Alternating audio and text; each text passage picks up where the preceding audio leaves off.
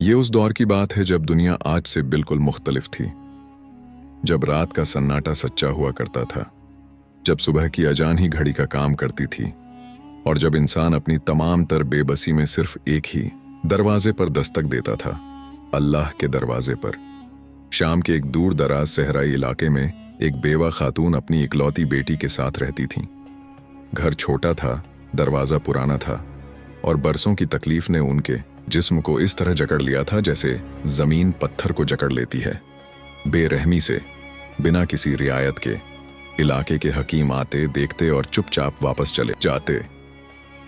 कोई जवाब न था उनके पास, कोई दवा काम न करती थी। वो हकीम जो ख्वाब लगता था। बगदाद में एक नामवर तबीब रहते थे जिनकी शोहरत सरहदों से परे तक फैली हुई थी। लोग कहते थे कि अल्लाह ने उनके हाथों में वो इल्म रखा है जो किसी और को नसीब नहीं हुआ।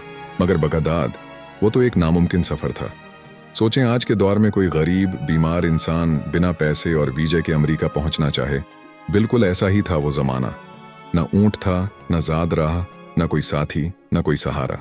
मगर उस खातून का दिल एक अजीब यकीन से भरा हुआ था। वो अपनी बेटी से रोजाना एक ही बात कहती, बेटी, अल्लाह पर मेरा भरोसा है, वो हकीम खुद यहाँ आएगा, अल्लाह चाहे तो। जब दरवाजे बंद हुए, उन्होंने मोहल्ले के मालदार लोगों के दरवाजे खटखटाए, मदद मांगी, गिड़गिड़ाई, इल्तिजा की, मगर हर दरवाजा बंद हो गया। दुनिया ने मुंह फेर लिया, तकलीफ बढ़ती गई। अब इबादत की सकत भी न थी। कभी एक निवाला खा लेती, कभी पानी पर गुजारा होता, मगर एक काम हमेशा जारी रहा, दुआ। वो हाथ उठाती रहीं, आंखें नम होती रहीं, होंठ हिलते रहे। सब्र और यकीन, ये दो हथियार थे जो उन्होंने कभी न छोड़े। वो रात जो तारीख बन गई, एक रात जब बस्ती सो चुकी थी और चांद अकेला आसमान पर जाग रहा था, अचानक दरवाजे पर दस्तक हुई। जोरदार, अनमुतवक्के बाहर से आवाज आई, बहन, क्या थोड़ी देर के लिए जगह मिल सकती है? सुबह तक पनाह चाहिए। बेटी दौड़ती हुई मां के पास गई। मां ने पहले इनकार किया। घर में कोई मर्द न था। हया और पर्दे की हिफाजत जरूरी थी। वो दोनों मुसाफिर वापस पलटे और दरवाजे से लगकर बैठ गए, थकन से चूर, निढाल। थोड़ी देर बाद मां के दिल में कुछ हिला। उन दोनों अजनबियों में उन्हें अपने बेटों की झलक नजर आई जो कभी थे ही नहीं। ममता जाग उठी। उन्होंने बेटी को बुलाया और नरमी से कहा, उन्हें अंदर बुलाओ, मगर अलग कमरे में। खाना पानी वहीं दे दो, बात कम करना, हया का ख्याल रखना। अल्लाह ने उन्हें हमारे दर पर भेजा है, ये आजमाइश है, खिदमत करनी है। दो मुसाफिर और एक बीमार माँ। बेटी ने घर में जो कुछ था उसी से सादा खाना तैयार किया, पानी दिया, बिस्तर लगाया। दोनों मुसाफिर सो गए, मगर वो माँ रात भर जागती रही, दर्द से भी, दुआ से भी। होंठ हिलते रहे, आंखें अल्लाह की तरफ उठती रहीं। फजर की अजान हुई। दोनों मुसाफिर उठे, वुजू किया, नमाज पढ़ी, फिर रुखसत होने लगे। वो बूढ़ी माँ उन्हें दुआएं दे रही थी। तभी माँ ने उनकी नमाज का एहतिमाम, उनकी परहेजगारी, उनका अदब देखा और मोहब्बत से रोक लिया।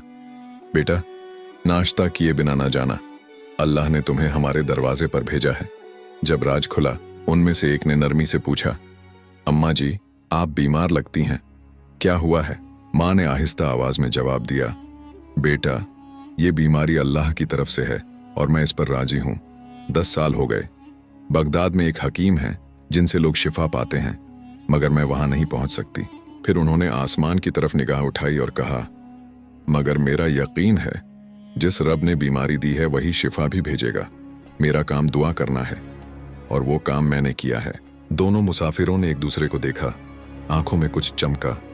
फिर एक आगे बढ़ा और बोला, अम्मा जी, क्या मैं कहूं कि अल्लाह ने आपकी दुआ कबूल कर ली है? माँ हैरान, बेटी हैरान, घर खामोश।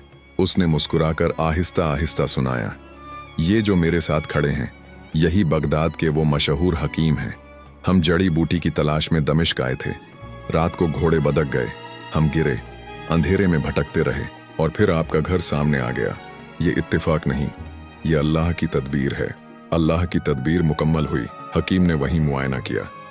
जाते वक्त कहा, अम्मा जी, फिक्र न करें, मैं अपना बेटा भेजूंगा। दवा वही लाएगा जो सिर्फ हमारे पास है, और खर्च की भी फिक्र न करें, वो भी हमारे जिम्मे है।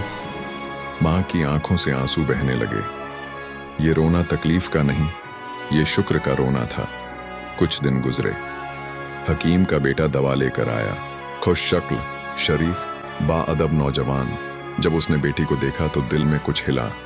दरअसल हकीम ने उसी रात बेटी की खिदमत, हया और मेहमान नवाजी देखी थी और दिल ही दिल में फैसला कर लिया था। बेटे ने भी जब देखा तो पसंद कर लिया। हया और गैरत का जमाना था। लड़का खामोशी से चला गया, मगर जाते हुए बूढ़ी माँ को सिर्फ इतना कहा, अम्मा जी, आपकी बेटी मुझे पसंद है, किसी और को हाँ न करें। खुशियों की सुबह रिश्ता आया, निकाह हुआ। वो बेटी जिसके पास न दौलत थी न सिफारिश, वो बगदाद के एक मुअज़्ज़किर और खुशहाल खानदान की बहू बन गई।